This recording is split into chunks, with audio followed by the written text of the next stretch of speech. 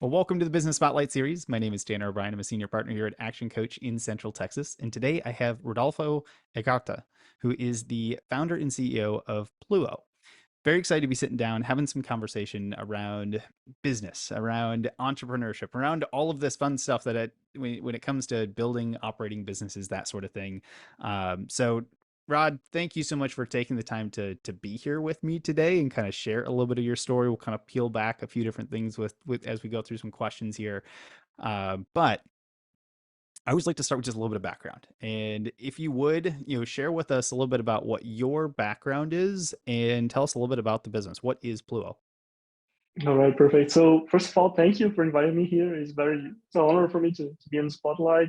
I also talk with some other business owners and share a little bit about my knowledge here. Well, my background is a little bit different. My company is a tech company, it's HR tech, but my background is in architecture. So I went to university to study architecture and everything else. But by the end of it, a friend of mine called me for some help with his company. The moment was a bootstrap company, a very small one, like an agency of just one person. And he was having some issues with processes, with marketing, with sales. So a little bit too chaotic. So just one man agents also are always chaotic. So he asked me for help and I joined him. In a matter of a few months, it started to grow like too much. And I really loved that. And I just quit architecture. I finished college, but I quit architecture and I went all in for startups.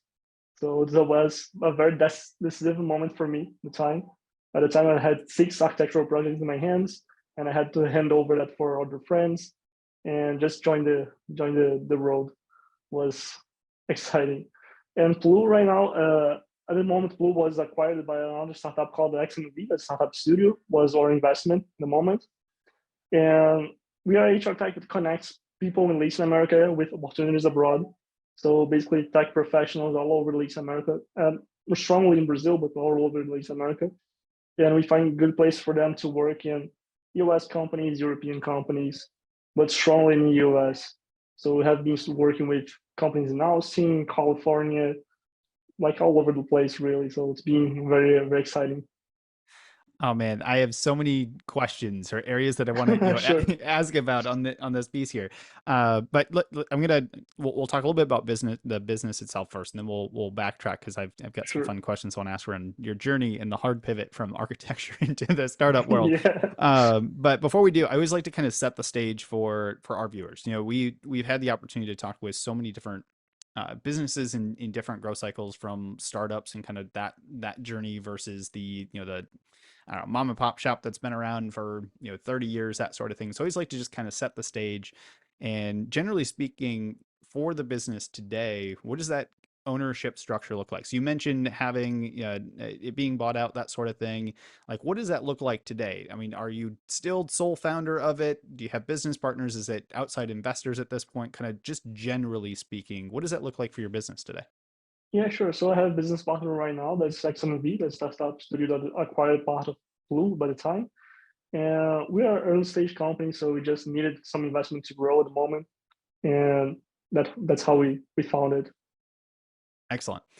And when you look at kind of your role within the business, what role do you play? How many different hats do you wear in the business at this point? Well, that's a very tricky question because right now I play many hats. It was different before. I had a bigger team, but I have reduced a little bit because the market's not so good for recruitment right now. So I have reduced a little bit. So I play the role of marketing. I also do all the sales calls since day one of the company. I was managing the engineering and product team. So I basically doing everything that's management in the company and also sales, of course, and helping out with marketing efforts. I have someone on social media, but everything else is just me working late hours to make things work. Is there one of those hats that you enjoy more than the others? Well, that's difficult because everything is complementary and everything I think that fits. So I learn a lot from different fields, but I think that the field that like taught me more is sales. Because when you have to sell something for someone, you need to deeply understand the product. You need to deeply understand who you're talking to. So that helped me a lot. in all the other areas of the company. So if I can manage to sell my product to a company that never heard of what Pluo, I can sell my product to my engineering team so they can be focused on building something better. So sales is definitely one point that I don't like the most, but helps me most. Excellent. So I always like to, talk a little bit about kind of what makes your business so special. And I think you've touched on this a little bit, but I always like to ask just the general question: who primarily does your business serve? Like, who are the clients that you tend to work with? I always like to kind of frame it up this way: if I'm in the audience and I'm watching this video later on, how would I know that either me or my company would be a great fit to work with y'all, or I might know somebody who'd be really good to refer over and work with y'all? Yeah, sure. So we have two different prospects that we can work with. One of them are small companies that just got investment. They need to grow fast and they don't have a recruitment inside of the company. So what we do is that we can offer a recruitment service for them so they can have a recruiter from Pluo inside of their team working for them, making things work there. It's a lot cheaper than having a full team on site. We also serve bigger companies like just a normal job board. So people can post vacancies there specifically if they are hiring from Latin America. If they're hiring from Latin America, they can post on Pluo and just be happy with it. We have a very good response rate. But if for a small company, even if they're just hiring the US or recruitment as an agents, can work quite well as well. So just smaller for one kind of services and bigger companies for a different kind of services. Okay. So if I'm understanding correctly, and definitely correct me where I'm wrong, it's that Sure. if I'm understanding, it's there's kind of the recruitment services piece of it, and then there's kind of the job board piece of it as well. Yeah. Would that be correct? Yeah. Uh, so when we look at that, I'm curious, in today's day and age, and technology continue to accelerate forward, you've got some, I don't know, bigger legacy type businesses out there that have been doing, I don't know, the job board stuff for a long time, or Yeah. these other businesses have been doing kind of recruitment services. How do you all set yourself apart in a what I imagine is a fairly competitive marketplace, or are you not seeing that? Like, what give us kind of pull back the curtain and give us kind of some context on what you've Yeah. Sure. noticed and continue to grow the business from a competition standpoint. Yeah. Sure. It's a very competitive field, but at the same time, it's underserved field. Because, for example, on the hiring agents, for example, usually what US companies do is they charge a percentage of the salary of the person. That can be very expensive and sometimes not so transparent for the company. So if you're hiring a software engineer, of course, the hiring agency will not provide you a cheaper one. They will provide you the most expensive one they have because that's a better fee for them. So what we do is basically we had just charge a flat fee. So no matter for us if you're going to pay $1 or $1 million, that's just the same fee for us, and we are happy to serve well. And at the same time, many part of the job boards they have a lot of traffic, so they're receiving a lot of applicants and everything else, but it's not so curated or so good. So you post a job there and you receive a ton of different resumes and have to go through everything and see everything. And that's complicated for HR to take a look at. So what Pluo does is basically we have a smaller user base. We have 21,000, so big, but a smaller one than other job boards. But most part of our user base is mid-level or senior software engineers, and they are actually looking for to work abroad. So it's not like people fooling around and applying just for fun. It's people that are actually looking for a job there. Mm, So it's interesting. We had found some founders that are looking for a job in Pluo, so that's very cool. very nice. Very interesting. Which this kind of leads me into, I always like to ask questions around marketing. So you mentioned you also wear the marketing hat and kind Yeah, of have to do that piece of it. And it's one of those areas that I always like to talk about or ask questions about because marketing is one of those things every business needs. And yet it's also an area that, unless you've got a major background in marketing, tends to be, I don't know, one that has maybe the highest learning curve for most yeah, business owners and entrepreneurs. definitely. So I like to ask a couple questions, find out what's been working, what's not been working, those sorts of things. So for your business, when you are looking to get the word out to attract more eyeballs and attention to the work that y'all are doing and get the word out there, what has been your philosophy, or what have you found to work best? And I don't know, maybe on the flip side of that, what hasn't worked in the past that you've kind of stopped Yeah. doing? And there's a lot of stuff that we have tried during the time of the company itself. So posting in Facebook groups, something that never worked for us, for example. And social media works a little bit, but just more institutional, never bring us clients. Something that really worked for us, especially in the beginning, was cold mail. As simple as that, cold mail, cold phone Mm, calls. So just reach out to people in volume for them to know that Pluo exists, and then providing the best service that we could possible offer, because that helped us to make one client talk about Pluo to another friend that probably have a company as well, and then we can spread the word just by doing a good job. So most part of our clients right now are clients that are with us for a good time, and they refer us to another client as well. So we're kind of growing like that, and we're still doing cold mails every time we can because it's never too much clients. So we still want to grow that a lot. But providing good service always help. And something that helped us a lot as well was doing some product marketing efforts. So, for example, we work a lot with recruiters. So, what I can do better for recruiters itself, what they need in the day-to-day use. So, I talk with a bunch of them, and I build some very small uh, proof of concept products, so very MVP products, and I give them to them for free, so they can use that and make a better use of it. So we already did a job description with AI, so they can put some information, can write a full job description there. The same thing for interviews, for example. We know that when you're a small company and you need to hire, for example, a role that you never play or never worked with, you don't know how to interview this kind of person. So I built a model with some information about roles. You input some information there about what you're hiring, the experience that you are expecting this person to be, and the requirements of the vacancy, and it generates a full interview for you. That helps a mm. lot of recruiters as well. So we do this kind of stuff, just putting out some tools for people to use and see more value on what we're building. So basically bringing people closer to us. I like it.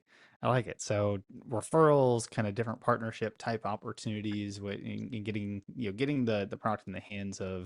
of others to test, cold email, cold outreach, those types of things. Um, had, in the journey of doing kind of cold outreach in general, I find that we'll call it scripting, whether it's the words Yeah. actually being used in a phone call or it's how an email is laid out, that sort of thing tends to be an area that has to be kind of worked through. There's an art form behind it. That's What have you all found when you went through and created that process to find something that actually converts and works for you all? How did you develop, or what's been your philosophy to, we'll just call it scripting for any of your cold outreach? Yeah, we're constantly updating everything that we have and documenting everything that works.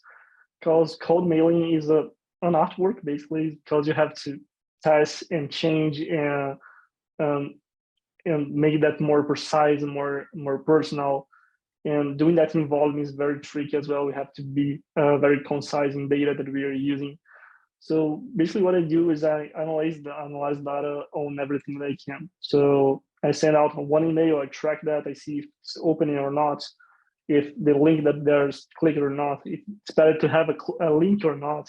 So everything is a variable there that I have to just interact with.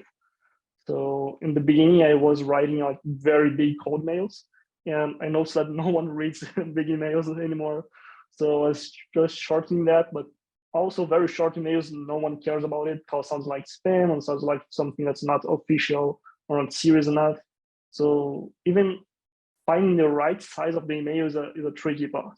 Mm. So always testing and putting that out and see if that works. So I think that the only thing that actually helps is trying. So you try there. If it works, continue or perfect it. If not works, just drop it and move on. And you are preaching to the choir. It's absolutely fantastic to hear some of that. One of the things that I was taught a long time ago was that marketing is math. And there's a lot of numbers that Yeah, go behind it, and you just described like the exact perfect way to be able to analyze the different uh, data points that we can look at these days that we maybe didn't have 10, 15, 20 years ago. yeah, But truly fantastic. I appreciate you kind of putting that example out there. So I want to let's take a step back because I've got to ask questions around this Sure. hard pivot from um, architecture to startup world. Uh, so made the transition because there was some excitement, there was some fun, some things that you experienced that led to that transition. But I have to imagine that there was some lessons learned along the way. Maybe not having the traditional background, jumping into a startup.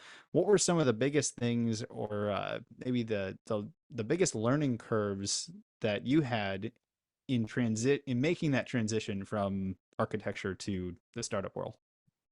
Yeah, that was complicated for me at the time because I had a job. I was like doing a normal life of graduating in university and starting working with something that you choose. And then my opportunity to join a startup came up, and I just thought, well, I'm very young. I don't have much money to burn. I don't have any money to burn actually, but I think that I can get paid more on the startup than doing architecture, and I think that's exciting for me. So I just joined this, and the biggest learning curve for me was actually software engineering, Hmm. because I knew nothing about it at the time. I did some like very simple HTML, JavaScript things when I was a teenager, but I was not a software engineer. I'm not a software engineer now as well. But learning about stacks, learning about languages and architecture and everything else, architecture of systems and everything else was quite challenging for me to actually be able today to sit down with an engineer and talk what I really expect about the feature and how that should be implemented or how we can agree on some implementation. Because I know that one of the biggest issues for founders that are not tech founders are they are easily tricked by engineers because they can say, "Oh, that's not done, that's not possible," or that takes too much time or too little time. And in reality, when you have some experience, some background in it, it's far easier to understand what's going on actually. Mm, So that was a very long learning curve for me, but pays off a lot. it's amazing. There's I will echo, not in the tech space specifically, but the learning curve of knowing enough about the different areas of the business to be able to know if the people that are working for you, working with you, are telling you the things that matter. I take marketing as an example. If I know nothing about marketing and I hire people to do marketing, doesn't mean that they technically know what they're doing. But they Yeah, may say something, and I could go, sounds right, sure, that's fantastic, and then we yeah, don't get results, right? I think there's definitely something to that learning curve of knowing enough about the different areas to be able to manage the process and manage the expectations and the results without having to be, the specified specialty person that's very good at that particular technical area. So yeah. that's really cool to see your experience going through that. um, so what does the future look like as you look towards the next 3 to 5 years, continuing to grow the business, that sort of thing? What comes next? Like, what does this look like 3 to 5 years from now? Where are you at specifically in the next 3 to 5 years? Yeah, right now we're exploring a bunch of stuff on Pluo. So what we can do with AI, what we can do with our platform itself. Our platform is basically fully done, so there's not much work to be done there. So right now we are like working with the experience itself. So how we can make hiring even more easier, because I think that there's too many steps in hiring process nowadays, and people are wasting too much time and hiring wrong all the time, and that's a very good waste of money. Because when a company hires something that's not someone that's not right the right fit, you're just wasting money on hiring or wasting for monthly salaries there, training time. You're wasting a lot of money. So what we want to do is to make it more precise. So how much data we actually need from the candidate or for the company to put that together and see if that's a real fit or not, and how we can work together with the company to make sure that they are comfortable, they are safe with their new profession that they hire. So if this person just receive another offer and drop off, how we can help this company. So we're kind of working this kind of stuff and see if we are moving to a more technical platform, doing this kind of much more precisely. or if we're doing a more hands-on process, like doing being more closer to the company to provide this kind of service. So we are in the cross paths right now. We're deciding which way to go. Excellent. Well, I'm excited to see how that all continues to play out over the coming years.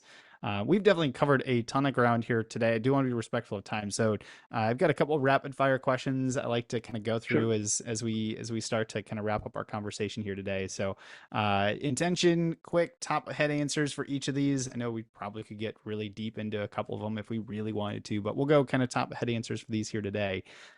First one is, Rod, what is your key to success? Well, just effort. I think that there's nothing else than that. Because when I first joined my company, I had no experience in anything related to the HR field or tech field. So I was just working an insane amount of hours, and that pays off. It's a sacrifice that you do for the future.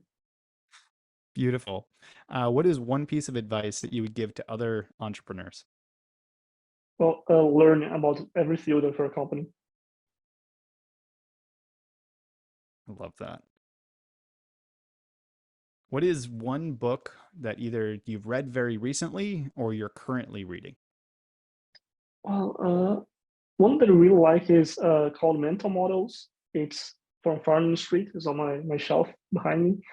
It's very simple, very kind of almost childish book, but when you actually read that and pay attention to it, it's just amazing. You have to start to think differently about how you make decisions. Excellent. And one of my favorite questions to ask, just because it's kind of a fun one, fun thought experiment. Sure. If you had to choose like one area of your business, any part of the business that you could, take some magic dust and just sprinkle it on, and if you'd wake up tomorrow morning and it'd be magically improved or way better than it was before, where would you take that magic dust and put it in your business? Definitely marketing, because I think that's the heart of the company anyway. So definitely. Excellent. So, Rod, before we get to my final question, which I always like to end these conversations on, for those that are in the audience that want to know a little bit more, that want to check out the platform, that want to kind of just follow the things that y'all are doing as you continue to grow into develop and all of that, where can we advise them to go for more information? Oh, they can go for Pluo.jobs. It's as simple as that, the website. So Pluo.jobs, the URL. You can also check out that on LinkedIn and Instagram. And you can follow me on LinkedIn as well. Beautiful. For those that are watching, I will put all of that in the video description below. So as soon as we wrap up here, make sure you go click all the links, follow, check it all out, have some fun, and make sure that you connect with Rod here on LinkedIn and reach out and say, hey, tell him that you saw here on the Spotlight series and wanted to reach out and say hi. So with that, as we wrap up, kind of my final question I love to end on here is, Rod, what is most inspiring to you today? Well, that can sound cheesy for me, but really doing a platform that helps Latin Americans to find works abroad, that's something that's really inspiring for me. I don't know if anyone else in the world besides Latin Americans know that, but working abroad is like a major goal, it's a milestone of success for Latin Americans. So when you do that, you kind of change the life of your whole family. So you start to earn more money. You can help your family to actually grow. You can fund these studies for your siblings or anyone in the family. So that plays a huge impact in people's life here. So that's basically why I'm doing it. Of course, I like building companies. I like the money of it, but receiving some feedback from people that got jobs in Pluo, telling me how their life is improved with it, it's amazing. So the self-esteem of person to feel that they can do something that they was never possible for them before. So that's the most inspiring thing for me. Absolutely love that. Thank you so much for taking the time. It's been an absolute pleasure. I know we could probably dive even deeper into some conversation here, but I want to be respectful of the time and just want to say thank you for taking the time to be here with us today. Thank you for inviting me.